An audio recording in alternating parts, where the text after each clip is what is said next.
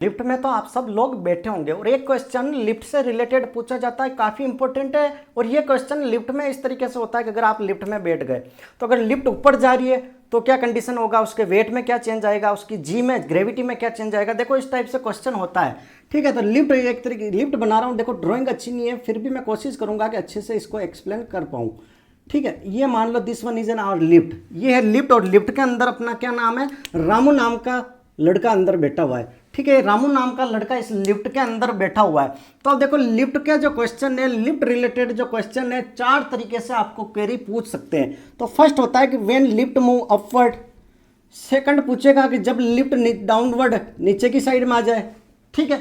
अगर कहते हैं कि लिफ्ट के अंदर जो मोशन हो, यूनिफॉर्म मोशन हो लिफ्ट का, कौन सा होगा, दैट इज यूनिफॉर्म मोशन हो लिफ्ट का, क्लियर है।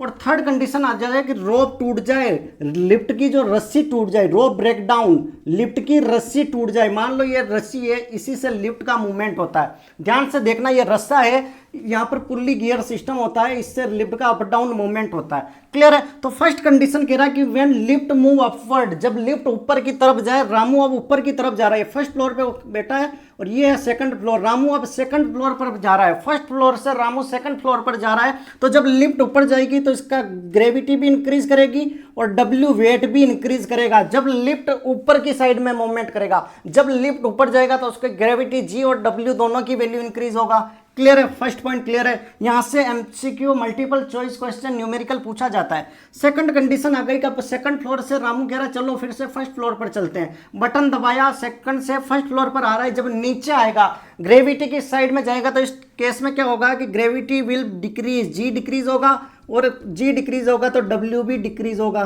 क्लियर है। जी डिक्रीज होगा तो डब्ल्यू भी डिक्रीज होगा। दो कंडीशन हमने पढ़ ली, दैट इज अप मोमेंट और डाउनवर्ड मोमेंट।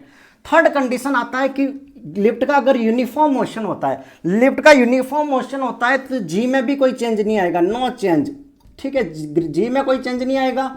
डब्ल्यू की बात करता हूं तो इसमें भी कोई भी चेंज नहीं आएगा। जब क्वेश्चन में क्या दे दिया हो, यूनिफॉर्म मोशन, यूनिफॉर्म मोशन याद रखना, क्योंकि कंफ्यूजन यही होता है, दो चीजें पढ़ लेते हैं, दो चीजें नहीं पढ़ते। कई सारे यूट्यूब पर ऐसे ही करते टीचर, चारों चीजों को क्लियर नहीं करवाते, दो का बता देंगे और फिर वहां यूनिफॉर्म मोशन से रिलेटेड क्वेश्चन दे देंगे, डेफिनेटली क्वेश्चन गलत होगा। तो कह रहा है कि जब यूनिफॉर्म मोशन का पूछ लिया जाए तो जी और डब्ल्यू के बीच में कोई भी चेंज नहीं आएगा, दोनों वैल्यू हमेशा सेम रहेगी, क्लियर है। थर्ड कह रहा है कि रोप ब्रेक, रस्सी टूट गई, मान लो रामू बैठा है सेकंड फ्लोर से फर्स्ट फ्लोर पे आ रहा है, अब ये रस्सा टूट गया, ये क्या टूटा, रस्सा टूट गया, लिफ्ट अचानक से नीचे आएगी। तो इस केस में क्या होगा, इस केस में जी ग्रेविटी भी जीरो हो जाएगी, डब्ल्यू भी जीरो हो जाएगा, ग्रेविटी भी जीरो हो जाएगी, वेट इसका बार भी जीरो हो जाएगा, that is under rope break. ये फ्री फॉल की कंडीशन आ जाएगा, चाहे रोप ब्रेक पूछ ले या बोलते कि फ्री फॉल होगा जब लिफ्ट का, तब जी और डब्ल्यू में क्या चेंजेस आएंगे, तो दोनों जीरो हो जाएंगे, दोनों जीरो हो जाएंगे। आई थिंक आपको लिफ्ट से मिलने वाले चारों क्वेश्चन का क्लियर कंसेप्ट हो गया, कंसेप्ट क्लियर हो गया होगा। आई थिंक कि चारों में क्या कंडीशन, अप होगा तो अप, ऊपर जा रहे बढ़ रहा है तो एरो भी लगा दो, अप बढ़ रहा है, डाउन नीचे आ रहे तो एरो भी डिक्रीज कर लो, नीचे की साइड में कर लो, और ये क्या डिक्रीज का हो गया। यूनिफॉर्म की बात कर ले तो कोई चेंज नहीं भैया, है जैसे जैसे रहेंगे, निठल्ले रहेंगे। रोप ब्रेक, रस्सा टूट गया, रस्सा टूट गया तो सब जीरो, जिंदगी भी जीरो, जिंदगी खत्म, क्लियर है। आई थिंक आपको लिफ्ट से रिलेटेड अब कोई भी डाउट, कोई भी क्वेश्चन नहीं छूटना चाहिए। Thank you so much. Channel पर नए हो तो लाइक से सब्सक्राइब जरूर।